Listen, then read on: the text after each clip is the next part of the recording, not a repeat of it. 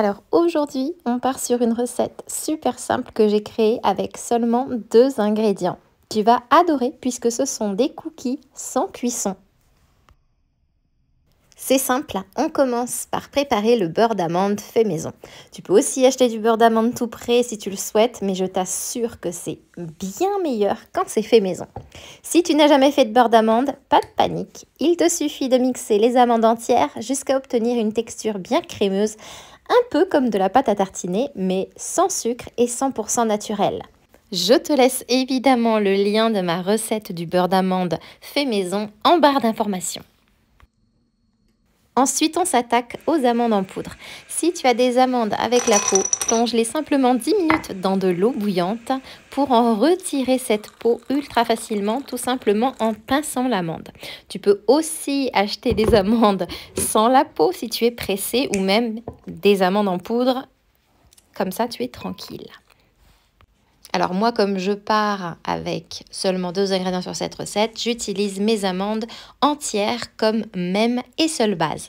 Maintenant, dans le bol où tu as ajouté ton beurre d'amande fait maison, ajoute-y la poudre d'amande fait maison petit à petit. Mélange bien, ça doit devenir une pâte assez compacte. À ce stade de la réalisation de ma recette, tu peux déjà sentir l'odeur délicieuse de l'amande qui commence à s'imprégner. Et n'oublie pas, retrouve les quantités d'ingrédients en barre d'informations.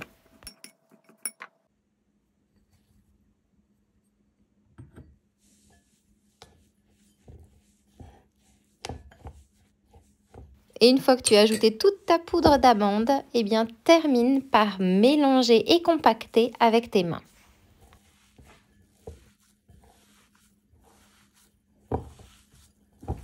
Et enfin, à l'aide d'une cuillère à café, forme des petites boules de pâte que tu vas aplatir.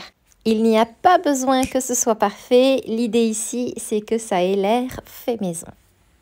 Alors tu peux les déguster ainsi et dans ce cas ça te ferait une recette de biscuits un ingrédient seulement. Ça en fait un snack très sain, délicieux, que ce soit à partager ou à garder pour soi pour l'heure du thé ou du café. Mais comme je suis gourmande, je vais ajouter un peu de chocolat noir légèrement concassé. Et en plus, ça va permettre de donner un aspect réellement cookie. Et voilà des cookies ultra simples, des cookies sans gluten, ni farine, ni œufs, ni fécule. Vraiment parfait pour se régaler.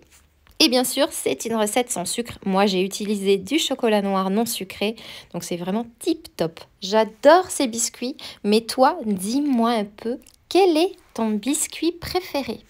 Allez, maintenant, il ne me reste plus qu'à te souhaiter une délicieuse dégustation et un bon week-end.